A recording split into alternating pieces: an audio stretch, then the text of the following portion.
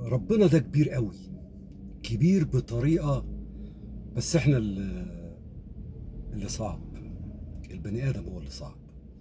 يعني الواحد لما بيتعرض لمشكلة أو بيتعرض لأزمة ولا بيقعد يقول ربنا بيعمل معايا كده ليه؟ هو أنا عملت في دنيتي إيه؟ أنا قلت كده بصراحة. لكن تلاحظ إن حاجات بتحصل لك، ربنا كبير، ربنا له حكمة. يعني النهاردة انتوا شايفين شكلي خاسس، أكيد عارفين يعني. آه اليوم كان معايا مش حلو، وضغوط ونفسية مش حلوة. لكن بتحصل حاجات معايا اقول الله ربنا سبحانه وتعالى كريم. يعني ليه انا بصيت للجانب الوحش؟ ليه ما بصيتش للجانب الحلو؟ يا ترى دي طبيعة البني ادم؟ فالحمد لله. يعني حتى انا في بداية دخولي لمجال اليوتيوب، كان في اللي بيساعدني وبيصورني وبيحمسني، وفجأة كل ده راح.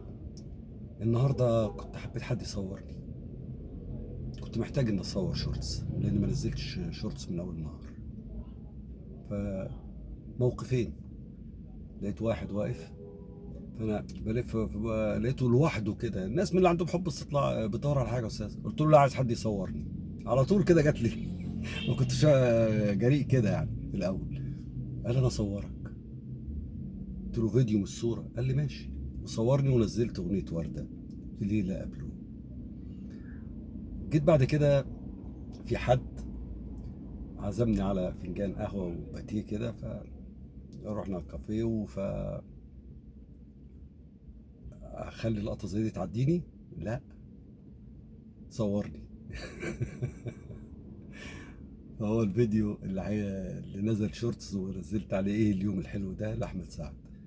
فالمعنى من الكلام ان ربنا سبحانه وتعالى بي بيعوضك حاجات المفروض نقول اللهم لك الحمد والشكر حتى ترضى.